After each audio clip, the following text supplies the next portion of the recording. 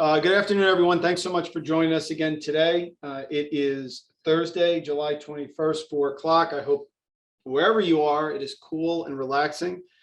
I appreciate you joining me on the call today. I'll be able to get away next week for a little bit, which will be refreshing. So our next one will be when I return. I'll make sure to get that date to you ASAP. But again, a lot of information to pass on to you today, a lot of updates. We had some updates as early as this morning, as late rather as this morning.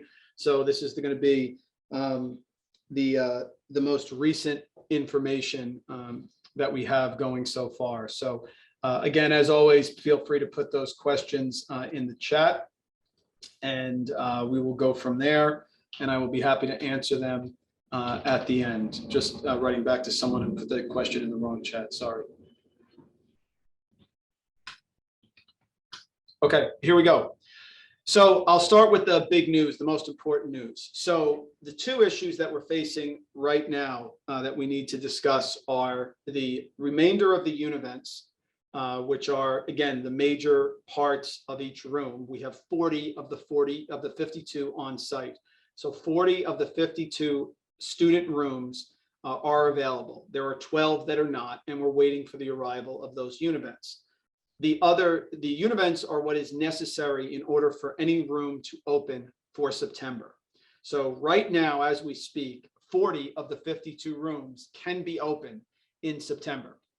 The other part that we're looking at is the energy recovery unit. Now, we have no energy recovery units on site yet. Those are, we heard this morning, going to be coming in the next week to 10 days. So the energy recovery unit is a massive rectangle that slides into the wall that covers up the remaining piping. And I'll show you some pictures in a moment. And that is the part that conducts the fresh air. The energy recovery units are what is critical for the rooms to be functioning independently on October 15th. So we don't need the energy recovery units to open school in September, but we do need the energy recovery units to keep those rooms occupied after October 15th, when everything must be temperature controlled because of the impending cold weather. So what we heard today is the following. The good news is that the energy recovery units are coming earlier than we thought. So we had originally thought that those were coming August 1st through August 15th.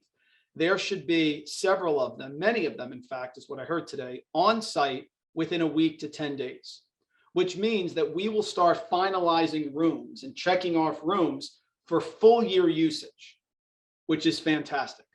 Now, the part that is a little bit of a small concern is that the remaining 12 univents for the other 12 of the 52 classes, their arrival has been pushed back into late August. That is a result of COVID issues, manufacturing issues. There are several other schools in New Jersey that I'm in contact with. And those schools, in fact, are also hearing the same thing. So there is a massive delay in these univents that are very popular in schools for all the schools, either A, affected by a flood, or B, just looking to upgrade their AC unit. So the energy recovery units are now ahead of schedule and would allow us to maintain those classrooms throughout the entire year. So once an energy recovery unit goes into a classroom, univent, an energy recovery unit, that room is good for the entire year, which is a huge progress for us because now we don't have to worry about October 15th. The only issue is that the 12 rooms that right now do not have univents, we call them UVs, those cannot be used on September 1st without those univents. So right now they're still scheduled to be here before September 1st. But I would have liked to have them here in early August as opposed to late August. Now, we are talking about, I believe one of them, is a faculty space. So we're really talking about 11 classroom spaces. The good news is we have 14 classroom spaces in St. Therese. So if we have a worst case scenario where those univents for some reason arrive September 3rd, September 4th, and they're not able to be quickly installed, we could end up sending a grade or two to St. Therese, and we have plenty of space to do so. So overall, disappointed that we don't have the full 52 univents on site yet. We have 40, and they have been installed, by the way. So we're missing 12, 11 of which are a classroom space. But I am excited that the energy recovery units, which was this looming issue for the October 15th deadline, will be arriving next week. So again, overall, I would say pretty positive. Obviously, we're going to stay. Our project manager, Greg Gambino, who many of you have met at the board meeting, has been fantastic. We're going to stay on them. We heard a rumor about 2 months ago that things were delayed. We continue to be aggressive, as we always are, and they magically showed up. So right now, overall, the school is going to open in September, barring another natural disaster, of course, that I hope we don't see, something crazy. And 40 of the 52 rooms are ready to go to open, which is what we needed, the majority of the building, the overwhelming majority of the building. And then we do have St. Therese as a backup. Now, listen, there is a very good chance that, as the history has shown us with this project, that they show up in mid-August. And if they do, then the entire school is ready. But I also was worried about the energy recovery units because that would close school on October 15th. And I don't want to be in a situation where we get back into the school, the energy recovery units are delayed, then we have this deadline of October 15th, and we have to back out of the school for a couple of weeks. I don't want that. So those arriving early actually solidifies us, and we feel really good about it. Next, the flooring, and Dawn, if you can get some of the pictures ready in a minute, we'll put them up. The construction in the building has moved incredibly quick. The hallways, as you'll see, are almost complete. We have lab tables, science labs being constructed. Cafeteria has been great. The rooms are ready to go. And as we said, the univents are being installed. The meeting that we had this week was we had to have the controls for the new chiller that's on top of the high school. Those controls have to be connected to the other parts of the univents. So the univents themselves are installed, but we have the mechanical computer brain that has to work with the chiller to make sure that each room is receiving the proper AC as needed and heat. So those things are being fine-tuned right now, which I'm excited about. It's July 21st. We have over, roughly 5 to 6 weeks until the start of the school year, and we're already working on the temperature control. So that is going very well. Dawn, you can pull up the pictures if you have them now. And this will give you a little look into the school. I know there's some questions coming up about mitigation. I will get to that in a moment. Certainly have a lot to say on that as well. While Dawn's pulling up, there's a question here about which grades would go to St. Therese and how it would affect the teachers. We wouldn't worry about it affecting the teachers. The more likely outcome is that it would be the younger students. But the bigger question here is making sure that all the students in the Cresskill School District have full day instruction within Cresskill. And that's going to happen because we have at least 40 of the 52 rooms that are going to be ready, and potentially all of them. So having those rooms in St. Therese also are great. All right, so Dawn, we'll start with this first picture. This is one of our lab rooms. So obviously the tables are in, the connections are in. You're talking about your lab, your gas, your water, all those lines are being connected.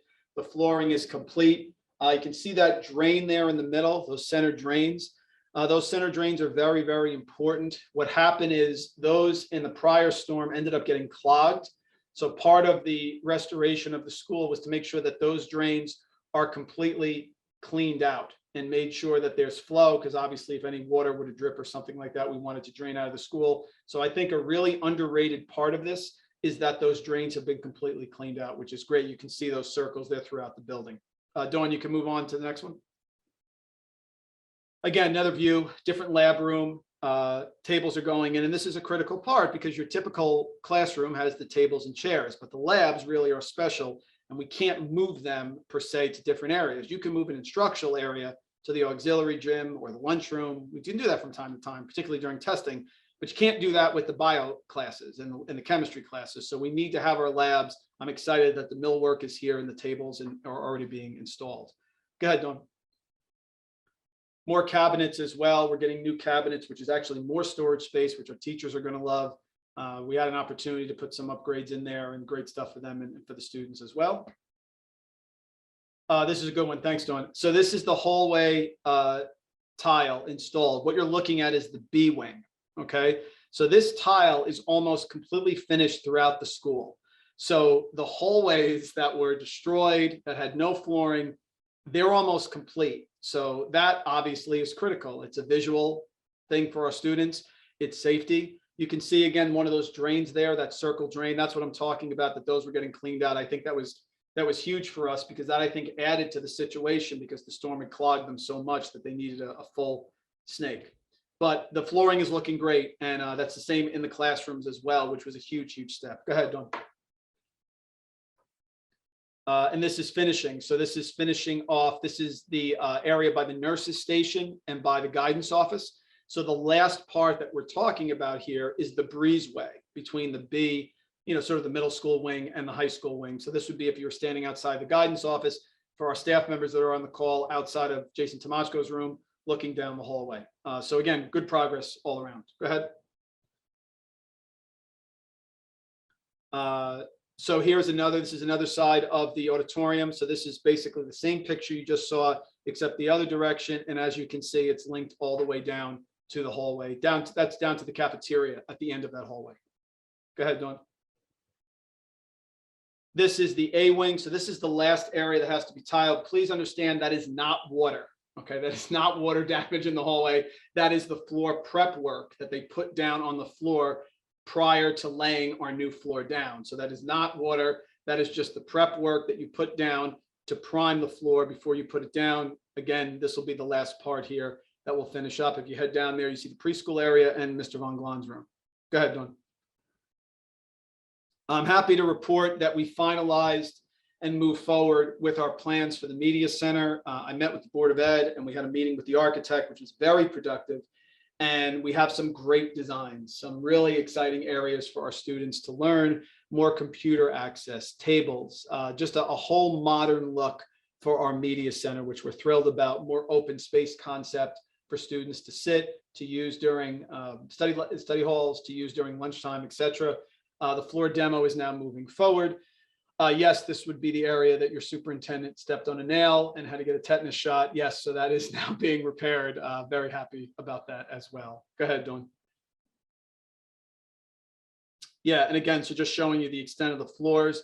We're going to change those doors that have access to those classrooms, safety issues that we were talking about. So we're finalizing and closing those off.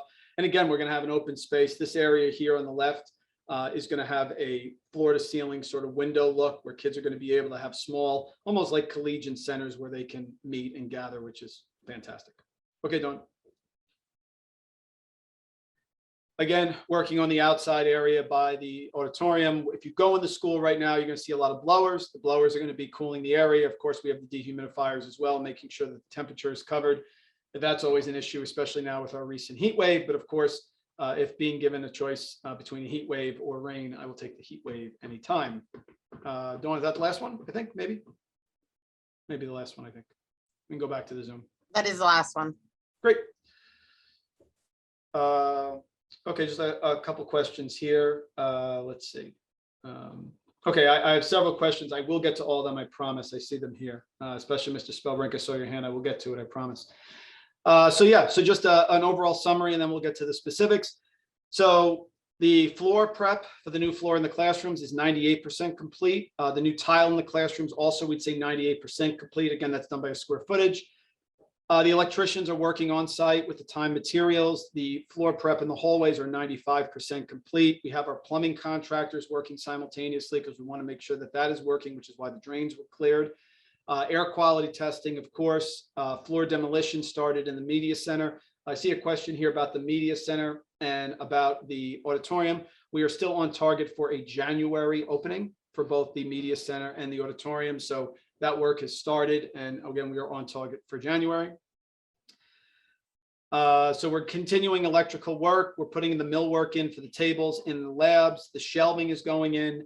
Air quality testing continues. Continue renovation in the media center and auditorium, and reinstalling, of course, some of the side panels in some of the classrooms. You saw some open spaces there at the bottom. So a couple other questions. We did not, I know there was a lot of concern with the recent rain. I can assure you that as soon as we see rain or hear anything, the 9 board members and myself are down at the building instantaneously. And definitely we have a feel, and I've had a feel being here now for 20 years. The rain, while it seemed like a lot, never got in the building. You may have seen some pictures. I was down here snapping pictures as well. That was a pretty bad storm, and it got to about the middle of the parking lot. If you were standing in front of the sign that's in front of the school, the high school, middle school sign, straight across, it went to the middle of the parking lot. It did not approach the building. It did not get in the B wing at all.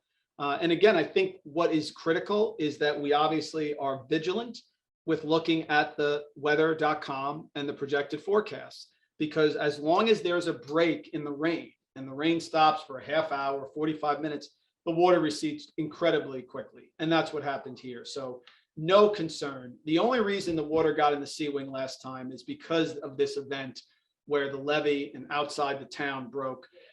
So I would tell you that I know that Piermont Road floods quickly. And I heard from the Cresskill police and of course the town that Piermont Road was closed. Just know that Piermont Road and the school are not connected. That Piermont Road is going to flood right away just because of its location. But the school received no water. There's no concerns. We are going to be going with protective barriers that go around the school. Those will be coming shortly, but no concern with the water, and nothing got into the building whatsoever. So happy about that. And again, I would just try to, when you go through a catastrophic event, you're going to be nervous, as we all are. But please remember that the last two storms that we had, one was towards the end of June. The other one was recently. That didn't approach the school at all, that there was no water there. If anything, I would say that if we had a similar storm, the first area that I would really want to protect would be the area between the preschool and the B wing, that sort of grassy area there underneath the walkway. That's the first area. The C wing just does not get that water. Regardless, we will have it protected very shortly to make sure that it doesn't happen. But even with all that rain, there was no concern of it getting in the school. Okay, I will go to some questions here. I'll go in order. David, why do we need the other 12 univents if we don't need heat until October 15th? Couldn't we open without univents? There's a code, David, which of course I'm going to research again, but I was told by our building inspector, Bob Rush, that you cannot open a room unless there is a univent, that the univent is critical to being able to conduct both heat and cold. I understand the controversy with the energy recovery unit, but he basically said, as long as you can open the windows, you can generate fresh air. And the energy recovery unit generates that fresh air. But come October 15th, what I interpret it to be, which I think is it's intuitive if you think about it, we could have a very cold day on October 16th. If that cold day happens, he has to be able to certify that the school district can generate fresh air from the outside. He can't rely on the windows being open. So that's why that energy recovery unit is tied into October 15th. The univent is the central source of heating and cooling. That has to be in place before anything can occur, before you can move in. It's part of the checklist. If you want to think of it as having a working door for security, the univent is the check mark. The energy recovery unit only comes into play after October 15th. Ms. Silver, yeah, I mentioned that about the water. There was nothing in the building. Dawn, question here from Ms. Solano. When will the bid go out for the media center and auditorium? Just go over that detail there. Sure. The bid documents are being finalized this week, and we anticipate going advertising and opening bid submissions mid-August, but the bid specs will be going out in the next week. Timetable for all the students starting school, any delays, any water in the building? No, Ms. McGardos, no water in the building. And again, we are ready to start in September. Right now, if we were starting next week, 40 of the 52 rooms are set. We would, of course, the area where the energy recovery unit is supposed to go, we would just have to cover that with some sort of covering because we can't have exposed pipe for the kids. But provided that automated logic ties in the connection between the sort of computer connection between the chiller and those univents, the 40 that are in, we'd be ready to go. So I'm certainly positive about that. Oh, the vents with the duct tape. Yes, Ms. Martin, thank you. Yes, we talked to both the architect and to Mr. Gambino. Some of the vents are covered outside and some of the duct tape came off. We're coming up with a better barrier, of course, because we want to make sure that the louver is completely covered. Yes, we did notice that after the storm as well. So we're going to be covering those vents completely to make sure that the louvers are covered on the outside. If all the kids can't start at the same time, What grades will go where? Again, still up in the air. Probably the younger kids would be going to St. Therese. That's our likely plan because they're smaller and because the rooms are smaller. You know, St. Therese was not a school that was necessarily built for high school students, but for younger students. So, but to know that we have in St. Therese more than enough classroom spaces that in a worst case scenario could be needed in the high school, middle school is a huge advantage for us. There will not be a need for Cho Day. As much as they are amazing people that we are eternally indebted to, the students will be here in Cresskill. And again, I'm still very positive that all the rooms will be ready and that St. Therese will not be needed for general education instruction during the day. But obviously hearing that delay, you get pushed back to late August, you're just something you have to consider. If the 12 missing units arrive before September 15th, how long will it take to fully install those 12 units to fully functional, inspected, and improved? Will the installation take place outside of normal day school hours and weekends? Very good question, Ms. Sanchez. What I'll say is this. We had our meeting this morning, and I told them that if those univents come, which of course Murphy's Law would probably come on like September 1st, we're not going to wait to do those in off hours. We want to get those installed, fully inspected, and approved as quickly as possible. So what I'll be working on, you know, when I return from the short vacation is coming up with a plan to sort of partition off those areas. So I would want, and of course we have to have sectioned off, separated. We're not going to have workers working with the students. We're not going to have them walking in amongst the students. But I would like, and I would prefer, and the board and I will talk about this on Monday, to have the work go on coinciding with our students returning. Why? Because it's faster. I would rather not wait to nighttime only or weekend hours, as long as we can separate the students and the workers, which we completely can do.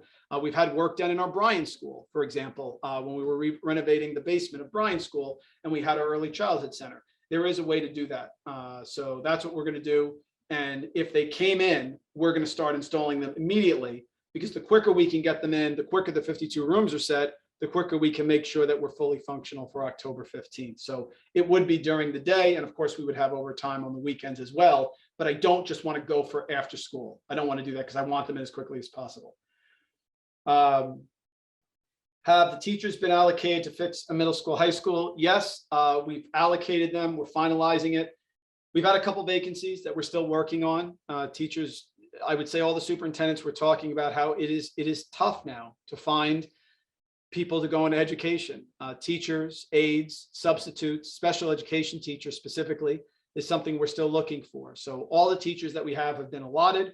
We're finalizing a couple overages for classes. Obviously, if we have our own staff that are veteran staff members that have been here for years and they can cover a couple classes, extra classes, we're willing to do that. But you'll be getting the schedule shortly, and things have been finalized, and we're still trying to finalize a couple different positions that are available.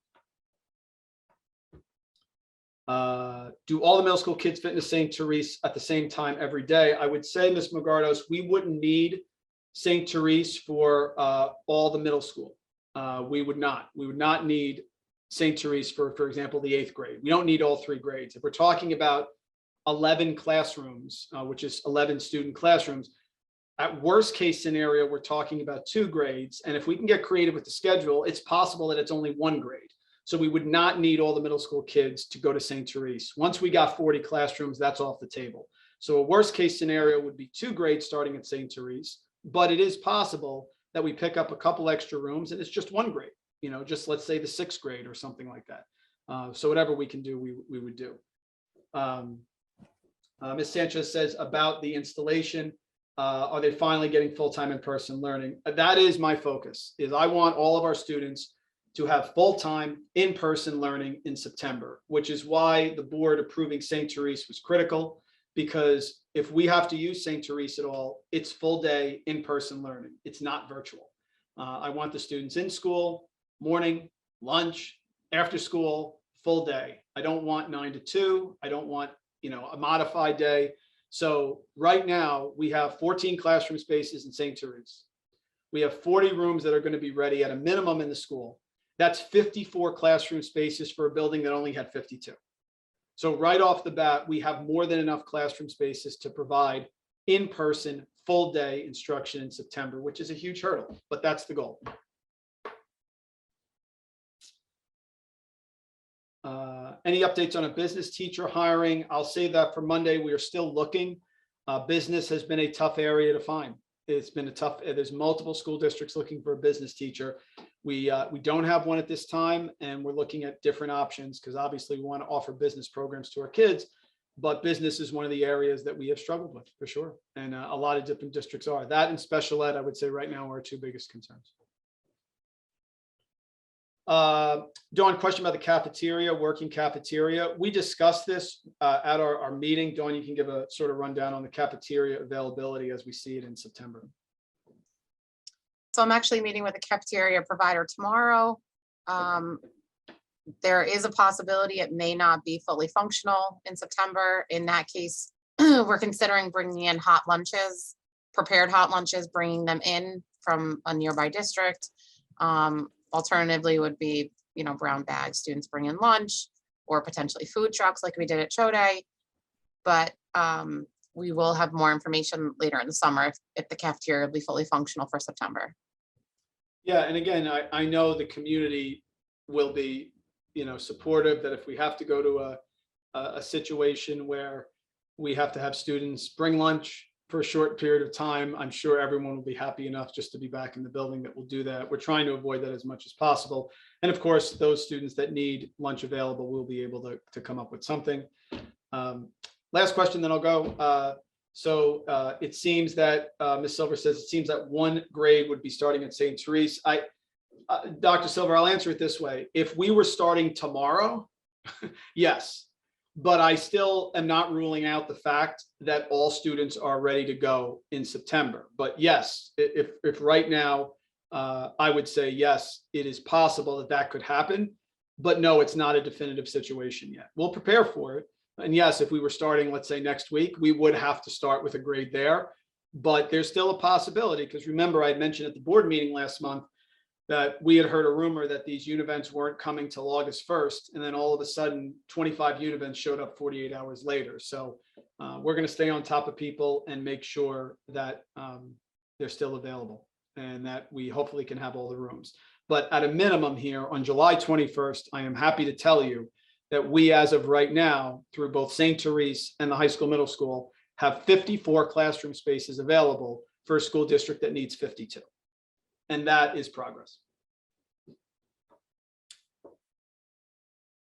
Okay, everyone, I hope you get to enjoy some time. I'm going to enjoy a couple days to relax and pray that we continue moving forward. But I will keep you updated, of course, as we go through the summer. Fingers crossed, and it's going to be a special time in September. It's going to be a nice reopening for the school district that did what no one else could do. Thanks, everyone. Stay cool. Talk to you soon.